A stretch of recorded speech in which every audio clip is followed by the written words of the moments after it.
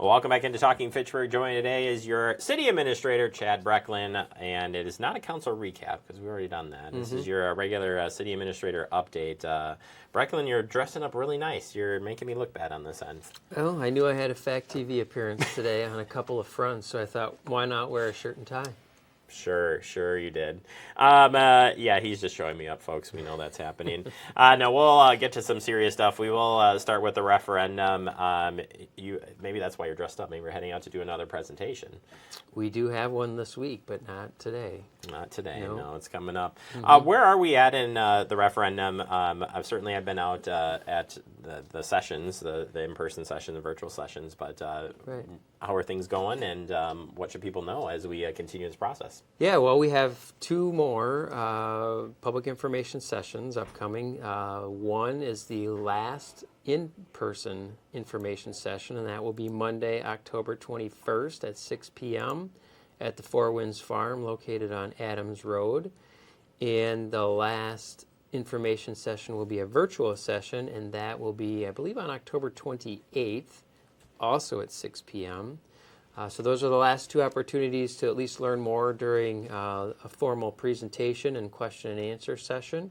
But of course, we are encouraging anyone who has any questions about this or wants more information to reach out to me directly. They can either email me or give me a phone call, and we can get something scheduled to answer any questions and share any information that the person or persons might be seeking. And of course, our website does have a whole host of information that is out there that outlines the why behind the referendum and what is requested in that referendum and where specifically it's going to go. The first direct mailer with information on the referendum hit all residential mailboxes a couple of weeks ago. The second one is arriving in mailboxes probably as we speak. And there will be a third one as well that will arrive later this month. But at the end of the day, this is a nearly $3.6 million referendum on the operating side. It is a one-time permanent increase, so it's if approved, there would be a $3.6 million increase in our levy beginning in 2025, and that $3.6 million increase would be permanent, carry on indefinitely. But I do want to be clear that this isn't a 3.6 on top of a 3.6 on top of every year moving forward. It's a one-time $3.6 million increase that does continue on. Yeah, and you are right. You can check out the website at fitchburgwi.gov and then click on the referendum page. Not only are all the everything that was referenced just now by Chad is there. The past meetings records are there. The mailer information is on. I just saw the mailer on there. I was clicking through and looking at that as well. But at the end of the day, you're open to hear from anybody, even as we get here close to the election day, which is coming up on November 5th. People can reach out to you. Just one more time, if anybody has any questions, can't make the sessions, need some clarification, we want to answer those questions as best we can. Absolutely. And you brought up, too, what's available on Fact TV is the other information sessions that had been done. I would encourage folks to take a look at the most recent information session, take a look at the presentation, and on the other ones, you can simply just listen and watch the question and answer sessions. And then ideally, any questions that you may have had, somebody else has maybe already asked, or the presentation covered it. And you can learn more information and have your questions answered this way. But again, if you don't have time or if someone doesn't have time to go back and look at those, and it would be more convenient for them to get information by simply contacting me, I would encourage them to do so, and I will certainly get them the information or clarification they may be seeking. Absolutely. All right. Switching gears, we'll stay in the election, but we have in-person absentee voting that's going to be getting started here on October 22nd. So just want to remind people of that. And it's in a special spot because of the presidential election. Sure. So there's a big election going on, too, apparently. Right. Yeah, exactly. More than just the referendum locally, which we know it's going to be a busy time. Our clerk, Tracy Oldenburg, and her team in her department are great. They are people of the utmost integrity and detail and are really focusing to make sure that we have safe and secure elections coming up. And we've seen a lot of people already coming in to register to vote. People are already dropping off in-person ballots that have been completed. We had 50% local turnout in our August presidential primary. We are obviously anticipating probably well north of 50% turnout in the election in a few weeks here. So it's definitely a busy time for our clerk's department and our city as a whole.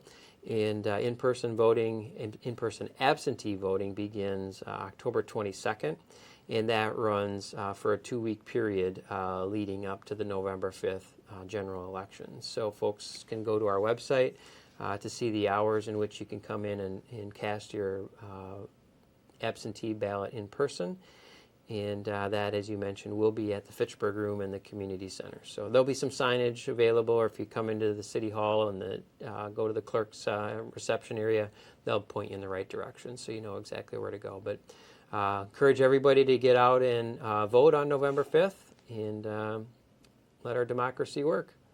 Yeah, and if you have any questions on there is an elections page too on the website that goes through these dates. If you need to register to vote, if you're not sure where your polling location is, all that information on the website there. And we're going to continue to share information about the polling locations, obtaining an ID if you need an ID vote, whatever that is. We'll keep running that here on Fact TV. Over to road construction. We're just moving right along here today. All kinds of topics. Road construction. We're kind of wrapping up this season of road construction. And just as a whole, is it a little bit later this year that we're wrapping this up, or just projects?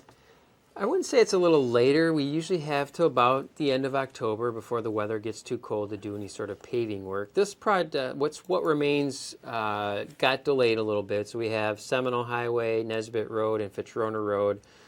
Those roads were all scheduled for a maintenance treatment this year, and after the option that was originally planned for those 3 roadway sections began, it was determined that probably was not going to be the best long-term treatment for those particular roads.